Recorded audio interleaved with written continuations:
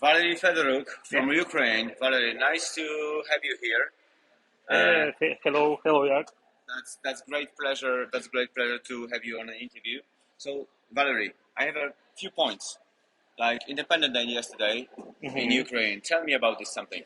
Yesterday it was 31 years when Ukraine was born, and everyone in Ukraine and worldwide was celebrating our Independence. our independence, of course. So during the day, I know my friends told me that many people could see Russian destroyed technique in Kiev because our Ukrainian defenders destroyed these tanks, cars, and everyone could see it. And it was for everyone, it was like, it's good. It's good news for Ukrainians who still defending our territory and independence of our country. Yeah. Was it any moves like people moves? Did they organize themselves like in Kiev or other cities, like doing some things like as a country? Like you mean did they organize some solidarity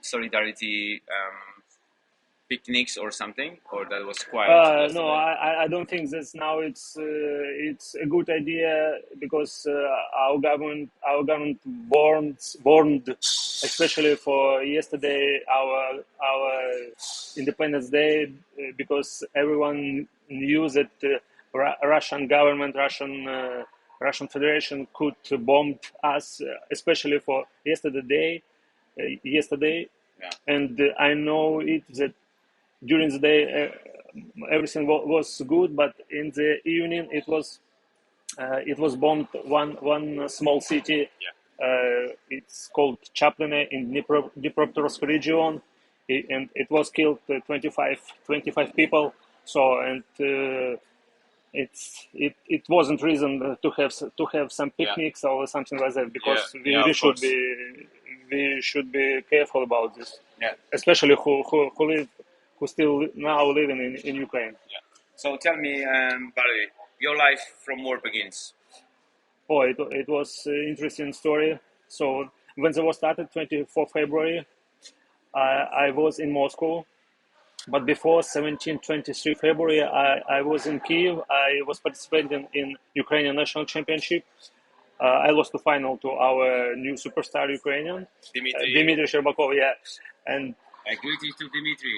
yeah, it's nice for Ukrainian sports as well, of course. So 23rd February, I came to Moscow. As I said, I was living there already for 6 months. I was coaching there, and I was training there. So 24th February, war started. 25th February, my manager told me that some National Security Service in Russian was interested in me. It's called like FSB. Yeah. So I was scared about it because I didn't expect what what they should ask me. And 20 it was Sunday 27 or 28 February. I was invited to interview with FSB.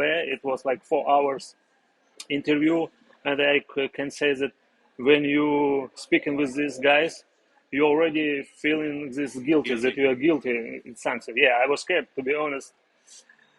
So after that, I understood that anyway I should leave this country because they bombed, they terrorists, they are killing, they was killing our people, and I think after 14 days, 2 weeks. 14. 14. I could manage to leave the Moscow because of I'm a PSA player, and it was some tournament ahead after these dates, and I managed to leave, and I was so glad. Where did you go from Moscow? From Moscow, I was participating in French PSA tournament. It was like qualifier to World Championship. So I lost first round to French guy 1-3, but I think the main point was that I just leave the country, and for me this tournament was like help that I could legally leave it. But anyway, there was some problems, small problems at the border. They asked me, "Who are you? Why are you here?" It's like maybe you are a spy, maybe this stupid question for me, and so I just was glad that I crossed the border and went to the European Union to Latvia. I crossed border Latvia. So that was really bad period for you. You've been interviewed. That was not Yeah. interview. That was twice, because in Moscow in once, and then on the border second time. So I'm really sorry that you've been in this situation. So tell me about your successes now. I know this is like a different subject, but you're the biggest success in your life. Uh, for Maybe now, maybe talk about recent tournaments. You've been participating in the World Games.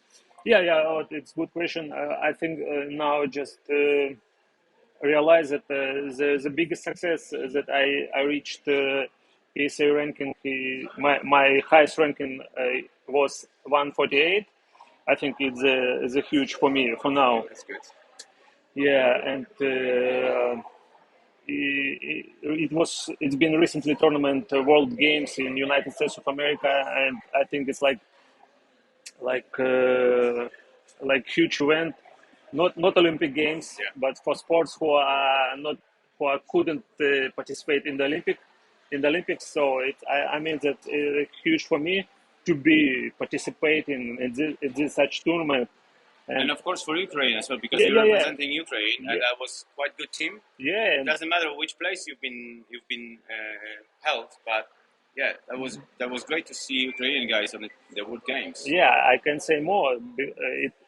It was 102 participants from Ukraine generally.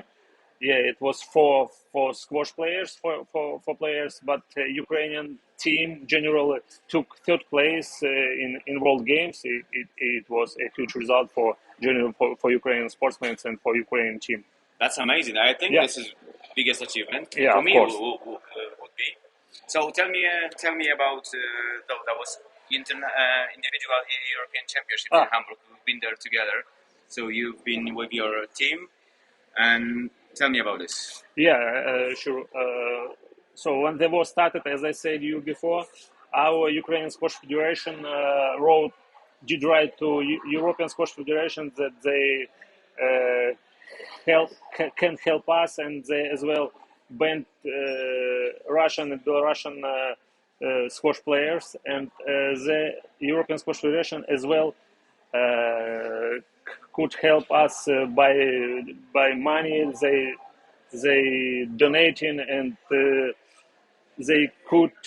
they allowed us to participate like 4 or 5, I don't remember exactly, five players from Ukraine in Yeah. this European individual. So it was like a gift for us, and we didn't expect it. I can say one more time a huge thank you to European Squash Federation, and for our Ukraine Squash Federation. They collaborate and could do this for us, because it's so important during the war that sportsmen. You can rely on some people. Yeah, They can help. That's yeah, thank you very much for European Federation. So Valerie, last subject. Your message to the world. oh, I think now it's so important because the war still continue. Yesterday it was like half a year, 6 months. The war continues. I want to say to huge thank people, especially people of Poland, because they first Help. help us, and still helping us, because we have our border closed, and many people from Ukraine still now in Poland, and it just a huge thank you for all people of Poland, of course, for whole Europe, because now these days they are still helping us with anything, with volunteers, with any With help, transport, with with going transport, abroad with as well. with military. It's huge. Thank you, and I can't say more because just you can see in my eyes that it's truth, and we just I don't know how it's when the war finish, but we feel that you help us. It's so good for us. Thanks so much. Valerie, thank you for the interview. You're a great guy. Thank you for this. I'm reminding plus 40, plus 35. Yeah, Valerie is playing here. He's from originally from Lugansk. Lugansk region, yeah, Lugansk region and city Sukhodolsk. Okay, thank you. And then he left Lugansk when he was Yeah, I was 18. 18 years old. I left because I was invited to army, and after this I stayed in Odessa. After Odessa, I moved to. I was invited to Kiev. I was in Kiev. Then I was living in Minsk. 1 year after Minsk, I tried myself in Saint Petersburg in Russia. Then I came back to Kiev, and as I said before, that then I was invited to Moscow, and now I'm here. So we have a whole story. My message to you guys around the world. So Valerie, we've been talking. So like I spent a few days with Valerie in Hamburg. So he's a great guy, amazing people from Ukraine. If you can help, because he don't know where he's going now. Yes. So if you need a good coach, great man to the clubs,